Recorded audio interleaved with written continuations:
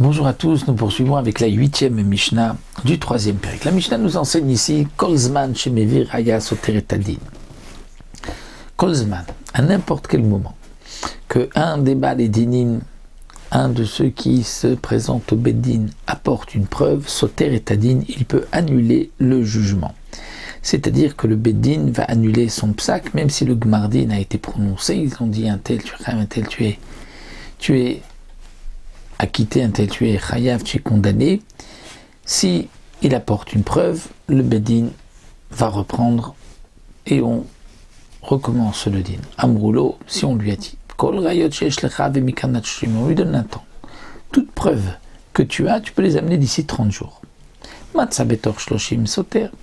S'il a trouvé pendant les 30 jours une preuve, on annule le jugement, le din.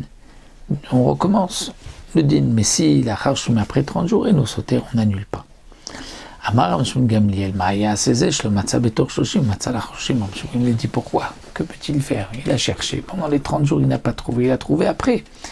Donc, puisque maintenant il a trouvé, on peut écouter, prendre les témoins et reprendre le din. Amroulo, dans le cas aussi, on lui dit Ave Edim, amène des témoins. Ve Amaridien et Edim, j'ai pas de témoins. Amrou lui dit Ave Reaya, amène une preuve. Vamaren et Raya, il dit je n'ai pas de preuve. Oula Charzman, et ensuite Viraya, Omatsa Edim, il a apporté une preuve, où il a trouvé des témoins, Arezé Noklum. On dit non, étant donné que il a dit qu'il n'avait pas de témoins, il n'avait pas de preuves, donc on ne le croit pas. On craint qu'il a peut-être falsifié une preuve ou qu'il a commandé des témoins. Amarashum Gamliel, là encore, Amarashum Gamliel dit Maya Seze, Shelo Yodeh, Shelo Edim, Matsa Edim, que pouvait-il faire cet homme-là? Il ne savait pas qu'il avait des témoins, et ensuite il a trouvé des témoins. Lo Yodeh, Shelo Rayo, Matsa Re, il ne savait pas qu'il avait une preuve, il a trouvé une preuve. Donc on peut écouter cette preuve, on peut reprendre. Amroulo, les Chachamim, la Gemara continue, pardon, les Chachamim, Amroulo, on a dit, donc le Beddin a dit au Baaldin, Ave Edim, amène des témoins. Amar il a dit, Enni Edim, je n'ai pas de témoins. Ave Reaya, amène une preuve. Amar Enni Reaya, je n'ai pas de preuve. Mais cette fois-ci, c'est pas qu'il a trouvé ensuite. Mais Raash Mitrev Beddin, il voit qu'il va être condamné, et à ce moment-là, Amar il a dit, Kirbu Plonio Plonio Vedini, venez un tel témoigner en ma faveur. Oshiotzi Raya Mitorapundato, ou bien il vient sortir une preuve, un shtar de sa ceinture, la Arezé Noklum. Là, on n'en tient pas compte. Pourquoi? Parce qu'étant donné que c'est à la dernière minute et parce qu'il voit que ça n'allait pas dans son sens, qu'il vient apporter des témoins, donc c'est la preuve que c'est un mensonge.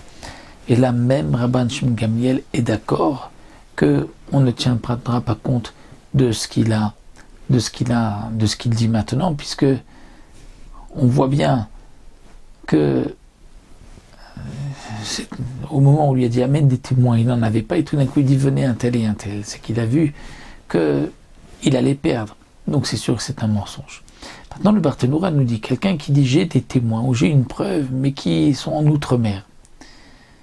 Est-ce qu'on attend qu'il les amène? Alors non, nous dit le Barthénoura.